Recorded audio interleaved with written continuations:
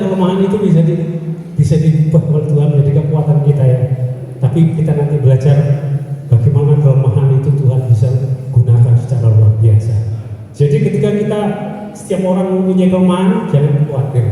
Serahkan sama Tuhan, Dia sendiri yang akan menolong kita.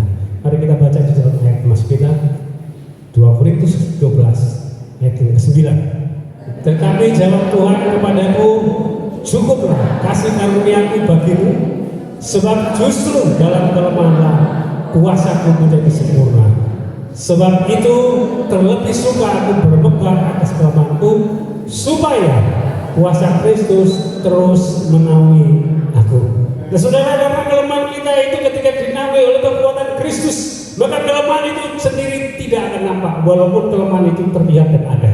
Ya, jadi yang dimaksud oleh Rasul Paulus, ya, tentang kelemahannya itu bukan sebagai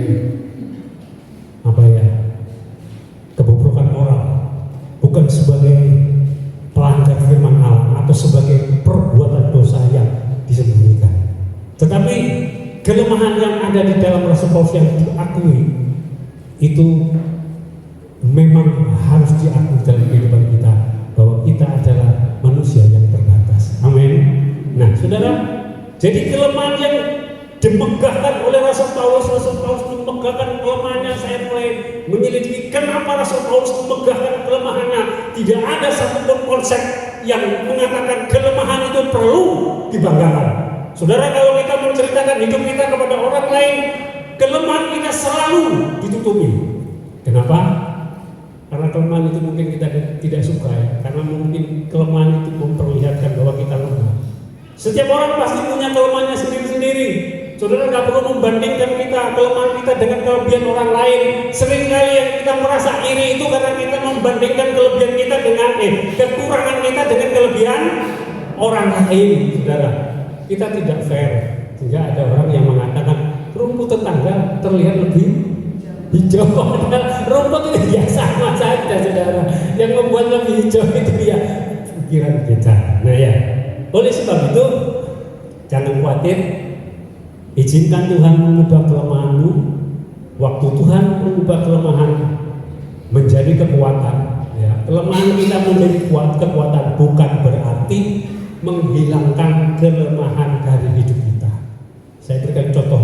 Nah, saudara tahu kenal ini? Iya. Saudara tahu kelemahannya?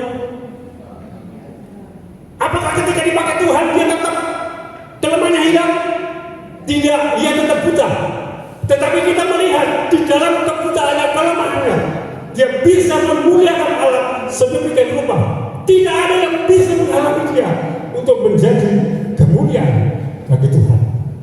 Padahal saya melihat di Google ya kesaksian mamanya.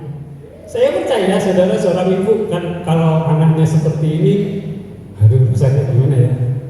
Tapi berjalan seiring waktu, ibunya mulai bersaksi. Dan dia mengatakan, saya baru tahu sekarang bahwa ini adalah kelemahan yang Tuhan izinkan, tetapi kelemahan itu tidak bisa menghalangi orang untuk memuliakan nama Tuhan. Amin. Nah, saudara, kita masih melihat kelemahan. Orang masih melihat kelemahan kita, tetapi kelemahan kita itu sekarang menjadi kekuatan yang luar biasa. Amin. Dia tetap buta, tapi orang tidak lagi melihat kebutaan, tapi dia akan melihat ada kuasa di sini.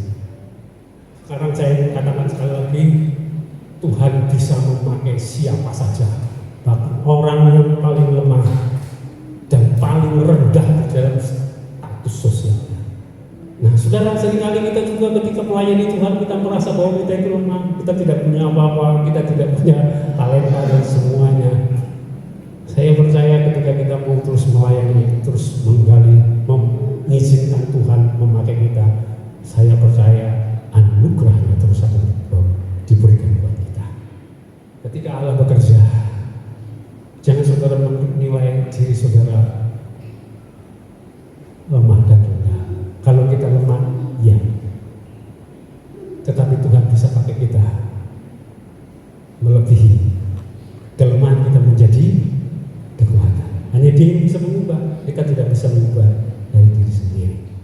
Saya akan masih terus mengatakan kepada saudara bahwa Tuhan itu seringkali juga memakai hal-hal, ya, bukan saja orang yang lemah dan kecil, tetapi Dia juga seringkali memakai hal-hal yang kecil dan remeh, yang tidak dipandang sebelah mata oleh orang, yang tidak dipandang sebelah mata oleh dunia sekalipun.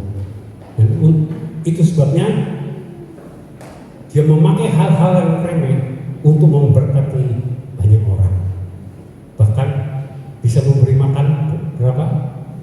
5.000 orang, saudara, dengan 5 roti dan 2 ikan.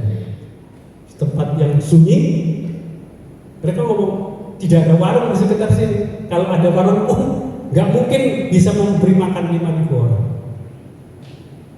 Tetapi Tuhan Yesus tetap mengatakan beri makan. Tuhan Yesus hanya ingin menguji bagaimana reaksi murid-muridnya. Dan ternyata ada reaksi yang muridnya yang bernama Andreas yang luar biasa. Di sini cuma ada 5 roti dan 2 ikan, Rabi. Tapi apa gunanya bagi orang sebanyak itu? Kita melihat, ternyata 5 roti dan 2 ikan di tangan Tuhan sungguh luar biasa. Amin. Apapun yang kita miliki saat ini, keterampilan kita, ide kita, kepintaran kita, bakat kita, mari kita serahkan kepada Tuhan supaya dipakai untuk memuliakan Tuhan dan menjadi berkat. Amin.